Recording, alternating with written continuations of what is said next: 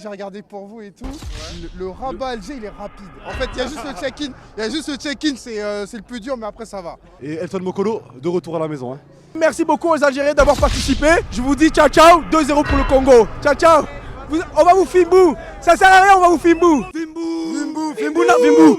Fimbou, na fimbou. Fimbou, na fimbou. Fimbou.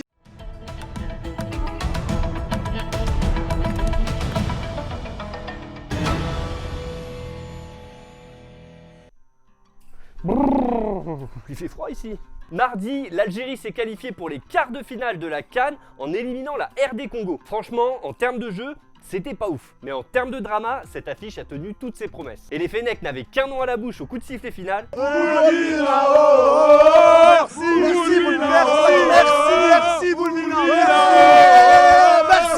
Adil Boulbina, entré en jeu à la 113e minute, a délivré son peuple 6 minutes plus tard. L'attaquant Daldouaï, 22 ans, a marqué sur son seul ballon touché. Si t'as pas vu le but, et comme malheureusement on n'a pas les droits, bah ça ressemblait à ça. Mais hamdoulilah à la fin, le but, la frappe, il a envoyé une patate, il a cassé le but. Oh là là, c'est de la sucrerie, c'est du Vincent Salure. C'est du Cédric Grolet, c'était trop. Un but qui a fait lever tout le stade de Rabat, dont Zinedine et Véronique, les heureux parents du gardien Lucas Zidane, qui a toujours pas encaissé de but en 300 minutes jouées dans la compétition. Forcément, le scénario est cruel pour la RDC. Mais faudra vite se remettre la tête à l'endroit. Car fin mars, il y a le barrage intercontinental de la Coupe du Monde 2026 contre le vainqueur de Nouvelle-Calédonie-Jamaïque. Qualif pour le mondial, allez chercher, c'est pas fini, on reviendra plus fort. Ouais, il faut qu'on attrape ça, surtout ça. Pour nous offrir une Coupe du Monde qu'on n'a pas...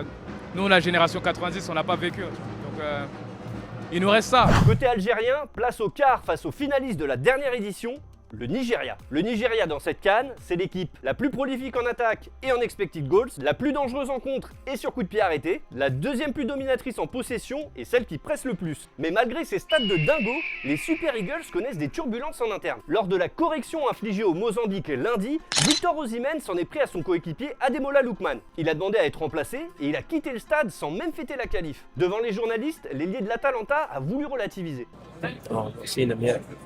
What really happened? Nothing happened, just a discussion on the pitch. That's it.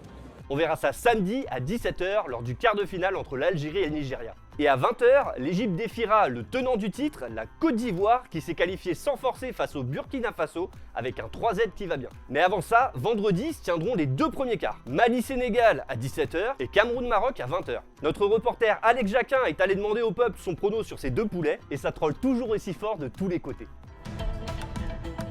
Alors pour Cameroun-Maroc, 3-0 pour le Cameroun. Et, comme ça, on vire Regragui parce qu'on pense que Regragui met beaucoup de stress dans cette équipe marocaine. Et il a même stressé tout le Maroc. Par contre, les Marocains, merci, bravo, vous nous avez bien accueillis. Venez quand vous voulez en Algérie, des locaux. Voilà. Mon prono pour Sénégal-Mali, je vois 3-1 pour le Sénégal. Une victoire facile, le Sénégal a démontré qu'offensivement ils étaient très bons. Du coup, je m'attends à une qualification facile pour le Sénégal. Pour le match Maroc-Cameroun, je pense que ça va être un match assez compliqué. On a vu que les équipes cette année, elles étaient assez fortes, même les équipes qu'on n'attendait pas.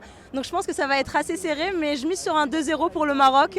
Et j'espère qu'on les croisera en demi-finale et qu'on aura le droit à un Algérie-Maroc. Alors Maroc-Cameroun, le pronostic pour moi ce sera 2-0 pour le Maroc. Là on a vu un Maroc un petit peu endormi, mais vous inquiétez pas, on leur fait confiance à 100%. Et je peux vous dire qu'ils vont nous choquer sur la fin de la compétition. Sénégal-Mali, franchement Mali nous a surpris cette fois-ci.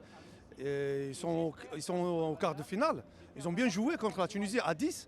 Et ça sera vraiment très difficile entre le Sénégal et Mali. Franchement, le score dur. 1-0 peut-être le Mali. Je remercie mon binôme Hugo Ferreira. On se retrouve demain pour votre quotidienne préférée. Et on reparlera de ce Final 8 qui représente en cumulé 22 victoires en Coupe d'Afrique des Nations. Allez, bisous!